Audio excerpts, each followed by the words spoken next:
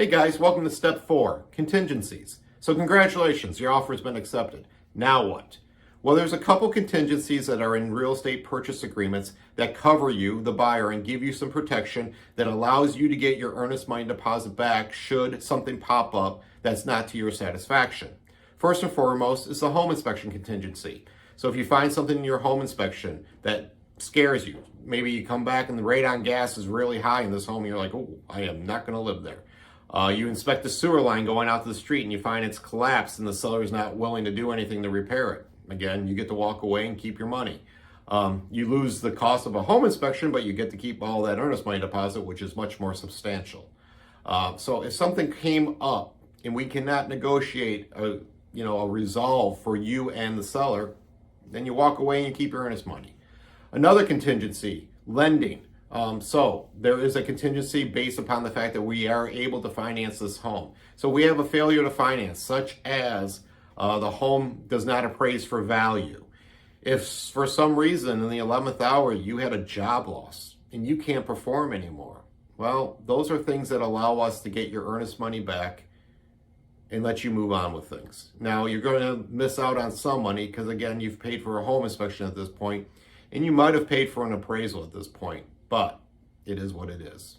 At least we get to keep the bulk of the money in your pocket and let you get on with things. Now, be mindful, in the appraisal contingency, if we write an escalation clause, if we write an appraisal guarantee, we are waiving that portion of the contingency.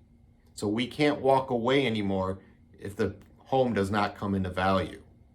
You do not get to keep your earnest money if the home doesn't come into value. We have written in a contingency of our own, but basically says we're going to give X number of dollars above appraised value, that we paid X number of dollars above the highest bona fide offer. So we've created a separate entity to that contract. If done properly, part of the contract is going to be crossed out and that verbiage is going to be put into a separate addendum that clearly states the intention of us, the buyer. Again, this is a lot to take in. Be glad to give you more detail, but contingencies are important when it comes to real estate. Lastly, of course, there is a deadline contingency. We usually give a close by date, close on or before a certain date. Now, usually if we can't meet that date, it's a simple extending of the contract. It's not a big deal. But remember, there are sellers who need to close in order to buy, so they might want to hold your feet to the fire when it comes to that close by date. And again, this is all information that we can talk about in further detail.